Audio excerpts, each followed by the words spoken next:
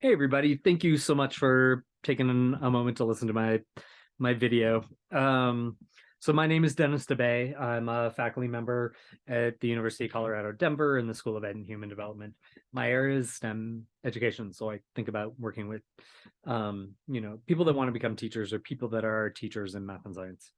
And I think a lot about this idea of the work here in this course, this particular certificate, as a way to really build in inclusive pedagogical practices in higher ed. And so, I think a lot about OER, but I also want to think about kind of open ed practices. And I think that the Creative Commons is a place where we need to go to really think about deeply the implications of that. So thank you so much for listening here.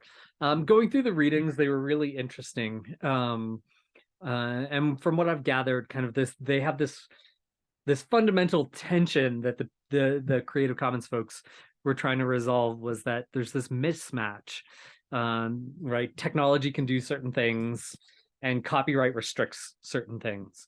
And so Creative Commons really allows this different approach for people who want to share their work, and really for millions to do it around the globe. So again, between creators' ability to share digital works globally and copyright legislation. And one of the first pieces of legislation that we started talking about was the Sonny Bono Copyright Term Extension Act, CTEA, or as it's also referred to, the Mickey Mouse Protection Act. And so, reading a little bit about that, what I got from the conversation is that not only will artists, kids be able to benefit financially from copyright, but also artists' grandchildren will be able to profit as well. So kind of like, imagine that you're the artist or writer or something along those lines who uses information in the public domain in order to create new works. This particular idea, under what they call life plus 70 rule for copyrights, an artist who created a work in the 30s and died at the age of 70 in 1970 will own the copyright of the work until at least 2040. So that amounts to 110 years of protection in this particular act. And I think that that's a really important idea as we start thinking about who owns property, or who owns kind of some of these intellectual pursuits. And I think a lot about that in higher ed, right? In higher ed, who owns the work that we do, I think becomes really important. This led into Eldred versus Ashcroft. And with this particular piece of legislature, in the end, there was a 7-2 opinion delivered by RBG. The court held that Congress acted within its authority and did not transgress constitutional limitations in placing existing and future copyrights in parity in the CTEA. Moreover, the court held that the CTEA's extension of existing and future copyright doesn't violate the First Amendment. And I think that that's probably the most important thing.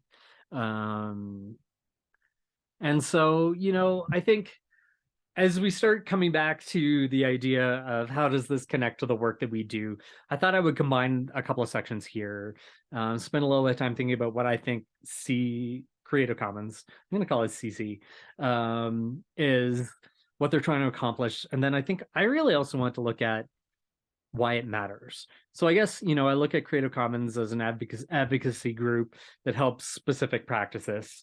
And then one of the ways that they can do that is really trying to think about these Creative Commons licenses. And so what are they? Creative Commons licenses are free copyright licenses that creators can use to indicate how they like their work to be used.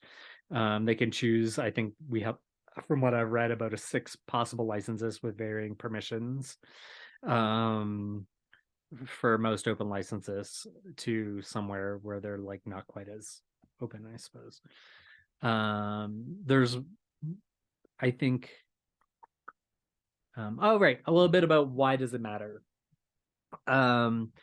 I guess ultimately these things are legal tools to help us discover, share, rebuild, or build upon educational resources.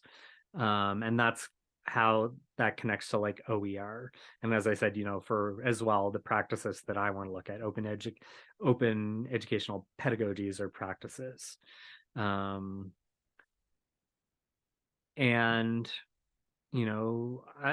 trying to think about kind of the different ways that we can get involved because again, from what I've read, Creative Commons licenses are used more than 1.4 billion times in 1.4 billion works across 9 million different websites. And so I think that it's kind of a really fantastic group to be able to kind of think about in the way that we can do that. And so what are different ways that we can get involved in Creative Commons? We can donate, right? Right. I know that there's an area on the website that allows you to donate. They have several social media groups like Facebook, Twitter, Instagram that I'm now following. And what I'm going to do and start doing within my own practice is sharing work under a Creative Commons license. And then I guess also, as we think about it, I'm taking this Creative Commons certificate as well. And so trying to think about more ways to engage as I move forward. And for me, this certificate is going to give me that. And I want to thank you for listening. I think, I'm kind of just blathering on a little bit, and I really prescribe to this idea of rough draft talk. And I have all of my students do that. Like I want us to be imperfect in the work that we do, but I also want us to try and be precise. So hopefully that's what we get out of this experience here.